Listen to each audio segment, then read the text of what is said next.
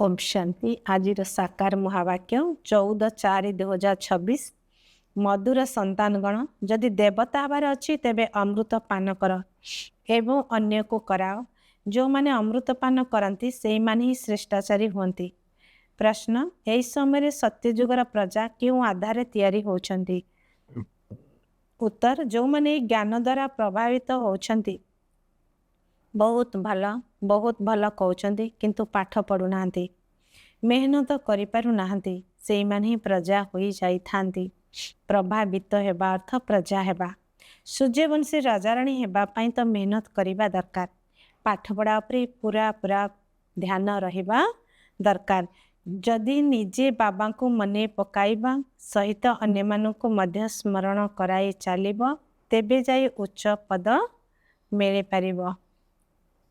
उत्तर, जो माने यही ज्ञान द्वारा प्रभावित होचंती बहुत भल कहते किंतु पाठ पढ़ु नाहंती मेहनत करिपारु नाहंती से माने ही प्रजा होई जाइथांती। प्रभावित हेबा अर्थ प्रजा हेबा। सूर्यवंशी राजा राणी हेबा पाई तो मेहनत करिबा दरकार। पाठ पढ़ा उपरे पूरा पूरा ध्यान रहिबा दरकार। जदि निजे बाबा को मने पकाइबा सहित अन्य मानू को मध्य स्मरण कराई चलिबो तेबे जाई उच्च पद मिली पारिबो। गीत तुनी रात गोबाई सोके। ओम शांति। पिला माने गीत सुनिले जे आम जीवन हीरा भली थिला एबे कौड़ी भली हो जाइछि। या तो बहुत साधारण कथा बाबा बहुत सहज भावरे बुझाउचंती जहाँ को छोट पिला माने मध्य बुझी पारिबे। सत्य नारायण को कथा शुणाइबा समय छोट छोट पिला माने मध्य शुणिबा पाई बसी थांती किंतु से सबु सत्संग आदि रे जहा किछि शुणी थांती से सब है कहानी। जो कहानी रे कौनसी ज्ञान नाही से सब है मनगढ़ा कहानी। गीतार कहानी रामायणर कहानी भिन्न भिन्न शास्त्र सब रही जार कहानी बसी शुणाई थांती से सब है कथा बा कहानी। कहानी शुणिले केबे कौनसी लाभ मिलिबो कि? यह हूँ सत्य नारायणकर कहानी नररु नारा हेबार सत्य कहानी। यह को शुणिबा द्वारा तुम्हें नररु नारायण होई जीवो। यह को अमर कथा मध्य कहा जाउछि। तुम्हें माने निमंत्रण दौछ जे आसंतु आमे आपन को अमर कथा शुणाइबू जहा द्वारा आपण अमर लोक को चली जिबे। तेबे भी कहीं बुझु नाहंती। एते दिन हेब शास्त्र पुराण कहानी शुणी आछंती किंतु सेतरु किछि भी लाभ मिलु नाही। लक्ष्मी नारायण को मंदिर को जाउछंती कहउछंती चलो टिके दर्शन करी आसीबा अमुक महात्मा दर्शन करी आसीबा। एही बळे प्रथा रही आसीची। ऋषि मुनि जो माने जन्म नहीं चली गलेनी सेमानक निकट रे मुंड नुआई आछंती। जदि तांको पचारिब रचयिता एवं रचनार कहानी जणा अछि तेबे कहिबे नाही। एबे तुम्हें पिला माने जानिछ जे रचयिता एवं रचनार कहानी तो बहुत सहज। यह अल्लाह बाबा एवं बे वर्षार कहानी। जदि प्रदर्शन को जो माने आसिछंती से माने कहानी तो ठीक भावरे शुणती किंतु पवित्र होती नाही। भावुचंती एही विकारग्रस्त हेबार परंपरा मध्य अनादि कालरू आसीची। मंदिर रे देवता मानक आगरे गायन करछंती आपण सर्वगुण संपन्न संपूर्ण निर्विकारी। पुणी बाहर को आसी कहते विकारग्रस्त हेबा तो अनादि कालरू चली आसी। विकार बिना दुनिया किपरि चलिबो। लक्ष्मी नारायणकर मध्य पिला छुआ थिला ना एही भली कहि दउचंती। तेबे एही भली मनुष्य मानकु कोन कहजिबो? मनुष्यर पद तो दिया जाई परिबो नाही। देवता मध्य मनुष्य थिले। लक्ष्मी नारायण का राज्य रे समस्त केते सुखी थिले। तुम मानक बाबा बहुत सहज कथा शुणाउछंती। वास्तव रे एही भारत रे ही स्वर्ग थिला। लक्ष्मी नारायण का राज्य थिला जहार चित्र मध्य रही।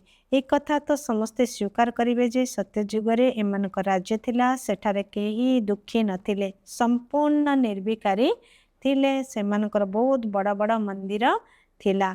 सेमानको 5000 वर्ष होई गलानी। एबे से सबु नाही। एबे तो कली जुगर शेष समय। मनुष्य परस्पर लड़ाई झगड़ा करछंती। भगवान तो ऊपरे निर्वाण धाम रे रहउछंती। प्रकृति रे आमे आत्मा माने मध्य सेठारे रही थाउ। ଏଠାକୁ ପାଠ କରିବା ପାଇଁ ଆସିଥାଉ।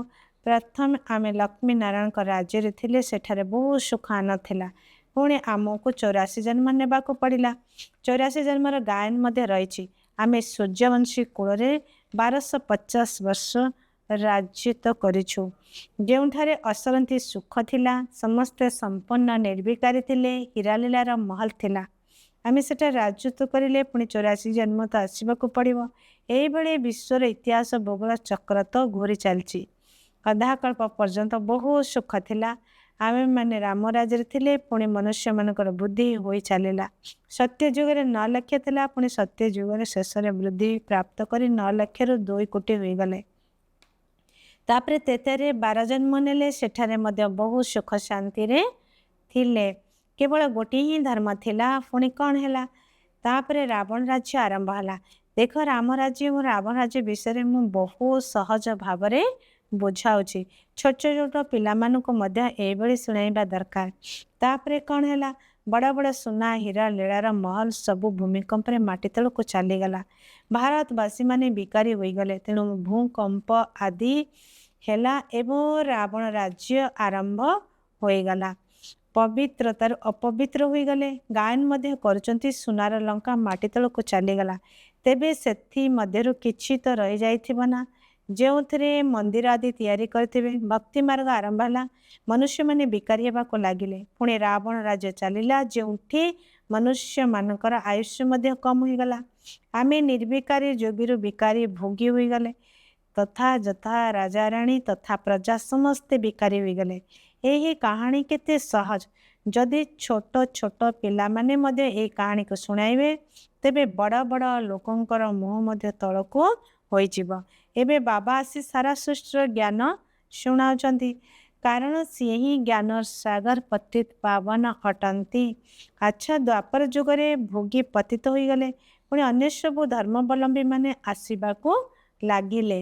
ତ ଜ୍ଞାନ ଅମୃତର ଯେଉଁ ନିଶା ଥିଲା ତାହା ସମାପ୍ତ ହୋଇଗଲା। ଧୀରେ ଧୀରେ ଲଢ଼େଇ ଝଗଡ଼ା ଆରମ୍ଭ ହେବାକୁ ଲାଗିଲା। ଦ୍ୱାପର ଯୁଗଠାରୁ ଆମେମାନେ ତଳକୁ ତଳକୁ ଖସିଲେ। କଳିଯୁଗରେ ଆମେ ଆହୁରି ବିକାରୀ ହୋଇଗଲେ। ପଥର ମୂର୍ତ୍ତି ସବୁ ତିଆରି କରି ଚାଲିଲେ। ହନୁମାନଙ୍କର, ଗଣେଶଙ୍କର ବୁଦ୍ଧି ପଥର ହେବାକୁ ଲାଗିଲା ଏବଂ ପଥର ମୂର୍ତ୍ତିକୁ ପୂଜା କରିବାକୁ ଲାଗିଲେ। ଭାବୁଥିଲେ ଯେ ଭଗବାନ ପଥର କଙ୍କଡ଼ ଭିତରେ ଅଛନ୍ତି। ଏଇଭଳି କରି କରି ଭାରତର ଅବସ୍ଥା ଦେଖ କ'ଣ ହୋଇଗଲା। ଏବେ ପୁଣି ବାବା କହୁଛନ୍ତି, ବିକାର ବିଷୟକୁ ଛାଡ଼ି ଅମୃତ ପାନ କର। ତ ପବିତ୍ର ହୁଅ ଏବଂ ମୋ ଠାରୁ ବିଶ୍ୱର ରାଜ୍ୟ ପଦ ନିଅ। ବିକାରକୁ ତ୍ୟାଗ କରିଦିଅ, ତେବେ ତୁମେମାନେ ମନୁଷ୍ୟ ଦେବତା ହୋଇଯିବ। କିନ୍ତୁ କେହି ବିଷକୁ ଛାଡ଼ୁନାହାନ୍ତି। ବିଷ ପାଇଁ କେତେ ମାଡ଼ ମାରୁଛନ୍ତି, ଦୁଃଖୀ କରୁଛନ୍ତି। ସେଥିପାଇଁ ତ ଦ୍ରୌପଦୀ ପ୍ରାର୍ଥନା କରିଥିଲେ ନା, ତୁମେମାନେ ଜାଣିଛ ଯେ ଅମୃତ ପାନ ନ କଲେ ଆମେ ଦେବତା କିପରି ହେବୁ? ସତ୍ୟ ଯୁଗ ତ ରାବଣ ହିଁ ନଥାଏ। ବାବା କହୁଛନ୍ତି ଯେ ଯେପର୍ଯ୍ୟନ୍ତ ଶ୍ରେଷ୍ଠାଚାରୀ ନ ହେବ, ସେ ପର୍ଯ୍ୟନ୍ତ ସ୍ୱର୍ଗକୁ ଯାଇପାରିବ ନାହିଁ। ଯେଉଁମାନେ ଶ୍ରେଷ୍ଠାଚାରୀ ଥିଲେ, ସେଇମାନେ ହିଁ ଏବେ ଭ୍ରଷ୍ଟାଚାରୀ ହୋଇଯାଇଛନ୍ତି। ପୁଣି ଏବେ ଏହି ଅମୃତକୁ ପାନ କରି ଶ୍ରେଷ୍ଠାଚାରୀ ହେବାକୁ ପଡ଼ିବ। ସେଥିପାଇଁ ବାବା କହୁଛନ୍ତି, କେବଳ ମୋତେ ମନେ ପକାଅ। ତୁମେ କ'ଣ ଗୀତାକୁ ଭୁଲିଗଲଣି? ଗୀତା ରଚନା କଲି ମୁଁ, ତୁମେ ସେଥିରେ ଶ୍ରୀକୃଷ୍ଣ ନାମ ଲେଖିଦେଲ। ଏହି ଲକ୍ଷ୍ମୀ ନାରାୟଣଙ୍କୁ ଏହି ରାଜତ୍ୱ କିଏ ଦେଇଥିଲା?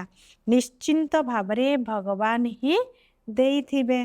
ଦେବେ ତା ପୂର୍ବରୁ ଭଗବାନ ଆସି ରାଜଯୋଗ ଶିଖାଇଥିବେ, କିନ୍ତୁ ନାମ ଲେଖିଦେଇଛନ୍ତି ଶ୍ରୀକୃଷ୍ଣଙ୍କର। ତୁମମାନଙ୍କୁ ବୁଝାଇବାର ଅଭ୍ୟାସ କରିବା ଦରକାର। ଏହା ବହୁତ ସହଜ କାହାଣୀ। ଏହି କାହାଣୀ ବାବାଙ୍କୁ ଶୁଣାଇବା ପାଇଁ କେତେ ସମୟ ଲାଗିଲା? ଆଧା ଘଣ୍ଟା ଭିତରେ ଏତେ ସହଜ କଥା ମଧ୍ୟ ବୁଝିପାରିବ ନାହିଁ। ସେଥିପାଇଁ ବାବା କହୁଛନ୍ତି, କେବଳ ଗୋଟିଏ ଛୋଟ କାହାଣୀ କାହାକୁ ବି ବୁଝାଅ। ହାତରେ ଚିତ୍ର ଧରିଥାଅ। ସତ୍ୟ ଯୁଗରେ ଲକ୍ଷ୍ମୀ ନାରାୟଣଙ୍କର ରାଜ୍ୟ, ତ୍ରେତୟା ଯୁଗରେ ରାମ ସୀତାଙ୍କର ରାଜ୍ୟ, ପୁଣି ଦ୍ୱାପର ଯୁଗଠାରୁ ରାବଣ ରାଜ୍ୟ ଆରମ୍ଭ ହେଲା। କେତେ ସହଜ କାହାଣୀ। ବାସ୍ତବରେ ଆମେ ଦେବତା ଥିଲୁ, ପୁଣି କ୍ଷତ୍ରିୟ, ବୈଶ୍ୟ, ଶୂଦ୍ର ହେଲେ। ଏବେ ନିଜକୁ ଦେବତା ନ ଭାବିବା କାରଣରୁ ହିନ୍ଦୁ କହିଦେଉଛନ୍ତି, କାରଣ ଧର୍ମଶ୍ରେଷ୍ଠ କର୍ମଶ୍ରେଷ୍ଠରୁ ଧର୍ମଭ୍ରଷ୍ଟ କର୍ମଭ୍ରଷ୍ଟ ହୋଇଯାଇଛି। ଏଇଭଳି ଛୋଟ ଛୋଟ କନ୍ୟାମାନେ ଭାଷଣ କଲେ ସାରା ସଭାରେ ଶୁଣ ଶୁଣ ବୋଲି ଚହଳ ପଡ଼ିଯିବ। ବାବା ସବୁ ସେଣ୍ଟର ପିଲାମାନଙ୍କୁ ଶୁଣାଉଛନ୍ତି। ଯଦି ବଡ଼ ବଡ଼ମାନେ ଶିଖୁନାହାନ୍ତି ତେବେ ଛୋଟ ଛୋଟ କୁମାରୀମାନଙ୍କୁ ଶିଖାଅ। କୁମାରୀମାନଙ୍କର ନାମ ମଧ୍ୟ ରହିଛି।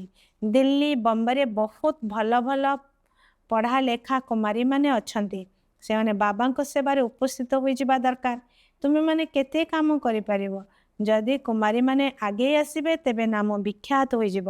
ଯେଉଁମାନେ ଧନୀ ଘରର ଝିଅ ସେମାନେ ବହୁତ କଷ୍ଟରେ ଈଶ୍ୱରୀୟ ସେବା କରିବାର ସାହସ କରିଥାନ୍ତି। ସେମାନଙ୍କର ବଡ଼ ଲୋକିଆ ନିଶା ରହିଥାଏ। ଯଦି ବହୁ ଯୌତୁକ ଆଦି ମିଳିଯାଏ ତେବେ କୁମାରୀମାନେ ବିବାହ କରି କଳାମୁହଁ କରିଦିଅନ୍ତି, ଯାହାଦ୍ୱାରା ସମସ୍ତଙ୍କ ଆଗରେ ମୁଣ୍ଡ ନୁଆଇବାକୁ ପଡ଼ିଥାଏ।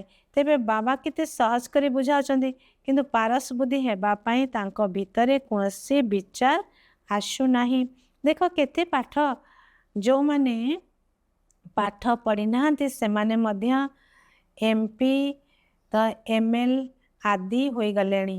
ତ ତେବେ ପାଠପଢ଼ା ଦ୍ୱାରା ତ କ'ଣ କ'ଣ ହୋଇଯିବେ। ଏଇ ପାଠପଢ଼ା ତ ବହୁତ ସହଜ, ଅନ୍ୟମାନଙ୍କୁ ମଧ୍ୟ ଯାଇ ଶିଖାଇବା ଦରକାର। କିନ୍ତୁ ଶ୍ରୀମତରେ ନ ଚାଲିବା କାରଣରୁ ପଢ଼ୁନାହାନ୍ତି। ବହୁତ ଭଲ ଭଲ କୁମାରୀମାନେ ଅଛନ୍ତି କିନ୍ତୁ ତାଙ୍କୁ ନିଜ ମନ ମତରେ ନିଶା ଚଢ଼ି ରହିଛି। ଟିକିଏ କାମ କରିଦେଲେ ଭାବନ୍ତି ବହୁତ କରିଦେଲି। ଏବେ ତ ତୁମକୁ ବହୁତ କାମ କରିବାକୁ ହେବ। ଆଜିକାଲି କୁମାରୀମାନେ ଫ୍ୟାସନ୍ କରିବାରେ ବହୁତ ବ୍ୟସ୍ତ ରହୁଛନ୍ତି। ସେଠାରେ ତ ପ୍ରାକୃତିକ ଶୋଭା ରହିଥାଏ। ସେଠାରେ ତ ନିଜର କୌଣସି କୃତ୍ରିମ ଶୃଙ୍ଗାର କରୁଛନ୍ତି। ଏଠାରେ ତ ନିଜର କେତେ କୃତ୍ରିମ ଶୃଙ୍ଗାର କରୁଛନ୍ତି। କେବଳ କେଶକୁ ଶୃଙ୍ଗାର କରିବା ପାଇଁ କେତେ ପଇସା ଖର୍ଚ୍ଚ କରୁଛନ୍ତି। ଏସବୁ ହେଲା ମାୟାର ଜାକଜକମ। ଏବେ ଏହି ରାବଣ ରାଜ୍ୟର ପତନ ପରେ ପୁଣି ରାମ ରାଜ୍ୟର ଉତ୍ଥାନ ହୋଇଥାଏ। ଏବେ ରାମଜୟ ସ୍ଥାପନ ହେଉଛି, କିନ୍ତୁ ତୁମମାନଙ୍କୁ ମେହନତ ତ କରିବାକୁ ହେବ ନା, ନଚେତ୍ ତୁମେ କି ପଦ ପାଇବ। ଯଦି ପାଠ ନ ପଢ଼ିବ ତେବେ ସେଠାରେ ପାଇ ପଇସାର ପଦ ପାଇବ, ଅର୍ଥାତ୍ ଛୋଟ ପଦ ପାଇବ। ଆଜିକାଲି ବଡ଼ ବଡ଼ ଲୋକମାନେ ସେଠାରେ ପ୍ରଜାର ଆସିବେ। ଧନୀ ଲୋକମାନେ ଏହି ଜ୍ଞାନକୁ ବହୁତ ଭଲ ବୋଲି କହୁଛନ୍ତି, କିନ୍ତୁ ନିଜ ଧନ୍ଦାରେ ଲାଗି ଯାଉଛନ୍ତି। ବହୁତ ଭଲ ପ୍ରଭାବିତ ହେଉଛନ୍ତି, ହେଲେ କ'ଣ ହେବ। ତେବେ ସେମାନେ କି ପଦ ପାଇବେ। ସେଠାରେ ଯାଇ ପ୍ରଜା ହେବେ। ପ୍ରଭାବିତ ହେବା ଅର୍ଥ ପ୍ରଜା ହେବା। ଯେଉଁମାନେ ମେହନତ କରୁଛନ୍ତି ସେମାନେ ରାମ ରାଜ୍ୟରେ ଆସିବେ। ଜ୍ଞାନ ତ ବହୁତ ସହଜ। ଯଦି ଏହି କାହାଣୀ ଅର୍ଥାତ୍ ଜ୍ଞାନର ନିଶାରେ କେହି ରହିବେ ତେବେ ତାଙ୍କର ନୌକା ପାରି ହୋଇଯିବ। ଆମେ ଶାନ୍ତିଧାମକୁ ଯିବା ପାଇଁ ସୁଖଧାମକୁ ଆସିବା ଏବଂ ଏହି କଥା ନିଜେ ମନେ ରଖିବା ସହିତ ଅନ୍ୟମାନଙ୍କୁ ମଧ୍ୟ ମନେ ପକାଇ ଦେବାକୁ ହେବ। ତେବେ ଯାଇ ଉଚ୍ଚ ପଦ ପାଇବ। ପାଠପଢ଼ା ଉପରେ ଧ୍ୟାନ ଦେବାକୁ ହେବ। ଚିତ୍ର ହାତରେ ଥିବା ଦରକାର। ଯେପରି ବାବା ଯେତେବେଳେ ଲକ୍ଷ୍ମୀ ନାରାୟଣଙ୍କ ପୂଜା କରୁଥିଲେ ସେତେବେଳେ ତାଙ୍କର ଚିତ୍ର ସବୁବେଳେ ପକେଟରେ ରଖୁଥିଲେ। ଚିତ୍ର ଛୋଟ ମଧ୍ୟ ଅଛି ଏବଂ ଲକେଟ ଆକାରରେ ମଧ୍ୟ ଅଛି। ସେହି ଚିତ୍ର ଗୁଡ଼ିକ ଉପରେ ବୁଝାଇବାକୁ ହେବ। ଏହା ହେଲେ ବାବା ଆମକୁ ତାଙ୍କଠାରୁ ବର୍ଷା ମିଳୁଛି। ସେଥିପାଇଁ ପବିତ୍ର ହୁଅ ଏବଂ ବାବାଙ୍କୁ ମନେ ପକାଅ। ଏହି ବ୍ୟାଚ୍ ଭିତରେ କେତେ ଜ୍ଞାନ ରହିଛି, ଏଥିରେ ସାରା ଜ୍ଞାନ ରହିଛି। ଏହା ଉପରେ ବୁଝାଇବା ବହୁତ ସହଜ। ଗୋଟିଏ ସେକେଣ୍ଡରେ ବାବାଙ୍କ ଠାରୁ ସ୍ୱର୍ଗର ଜୀବନ ମୁକ୍ତିର ବର୍ଷା ମିଳୁଛି। ଏକଥା ଯଦି କେହି ବୁଝାଇ ଦିଅନ୍ତି ତେବେ ସେମାନେ ଜୀବନ ମୁକ୍ତି ପଦର ଅଧିକାରୀ ହୋଇଯିବେ। ବାକି ନିଜର ପାଠପଢ଼ା ଅନୁସାରେ ଉଚ୍ଚ ପଦ ପାଇବେ। ସ୍ୱର୍ଗକୁ ତ ଆସିବେ ନାହିଁ, କିନ୍ତୁ ଶେଷ ସମୟରେ ଆସିବେ। ବୃଦ୍ଧି ତ ହେବାର ଅଛି। ଦେବୀ ଦେବତା ଧର୍ମ ସବୁଠାରୁ ଉଚ୍ଚ ଅଟେ। ସେମାନେ ମଧ୍ୟ ସେଇଭଳି ହେବେ ନା। ପ୍ରଜା ତ ଲକ୍ଷ ଲକ୍ଷ ସଂଖ୍ୟାରେ ହେବେ, କିନ୍ତୁ ସୂର୍ଯ୍ୟବଂଶରେ ଆସିବାକୁ ହେଲେ ସେତିକି ପରିଶ୍ରମ କରିବାକୁ ପଡ଼ିବ। ଯୋଗ୍ୟ ସେବାଧାରୀମାନେ ହିଁ ଉଚ୍ଚ ପଦ ପାଇବେ, ଯେଉଁମାନଙ୍କର ନାମ ମଧ୍ୟ ବିଖ୍ୟାତ ହେବ। କୁମାରିକା ଅର୍ଥାତ୍ ଦାଦି ପ୍ରକାଶମଣି, ଜନକ ଅର୍ଥାତ୍ ଦାଦି ଜାନକୀ, ଏମାନେ ବହୁତ ଭଲ ସେଣ୍ଟର ସମ୍ଭାଳୁଛନ୍ତି। କୌଣସି ଲଢ଼େଇ ଝଗଡ଼ା ନାହିଁ। ବାବା କହୁଛନ୍ତି ଖରାପ କଥା ଦେଖ ନାହିଁ, ଖରାପ କଥା କୁହ ନାହିଁ। ପୁଣି ବି ଏଇଭଳି ସବୁ କରିବାରେ ଲାଗି ରହିଛନ୍ତି। ତେବେ ସେମାନେ କି ପଦ ପାଇବେ। ଏତେ ସହଜ ସେବା କି କରୁ ନାହାନ୍ତି। ଛୋଟ ଛୋଟ କନ୍ୟାମାନେ ମଧ୍ୟ ଏଇ କଥା ବୁଝିପାରିବେ, ଅନ୍ୟମାନଙ୍କୁ ଶୁଣାଇ ପାରିବେ। ତ ବନ୍ଦର ସେନାର ମଧ୍ୟ ଗାୟନ ଅଛି।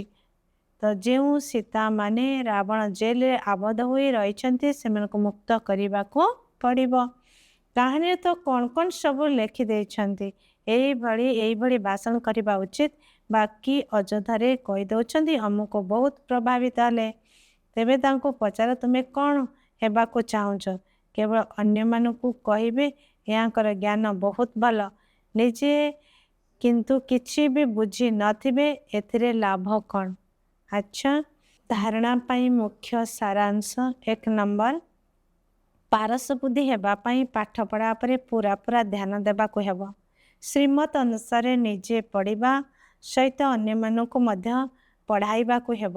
ହଦ୍ର ଅର୍ଥାତ୍ ଏହି ଦୁନିଆର ବଡ଼ ଲୋକପଣିଆର ନିଶା ଏବଂ ଫ୍ୟାସନ୍ ଆଦି ଛାଡ଼ି ଏହି ବେହଦ ସେବାରେ ଲାଗିଯିବାକୁ ହେବ। 2 ନମ୍ବର, ଖରାପ କଥା ଶୁଣ ନାହିଁ, ଖରାପ କଥା ଦେଖ ନାହିଁ।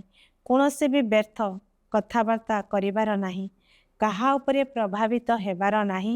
ଖରାପ କଥା ଦେଖ ନାହିଁ, କୌଣସି ବି ବ୍ୟର୍ଥ କଥାବାର୍ତ୍ତା କରିବାର ନାହିଁ, କାହା ଉପରେ ପ୍ରଭାବିତ ହେବାର ନାହିଁ।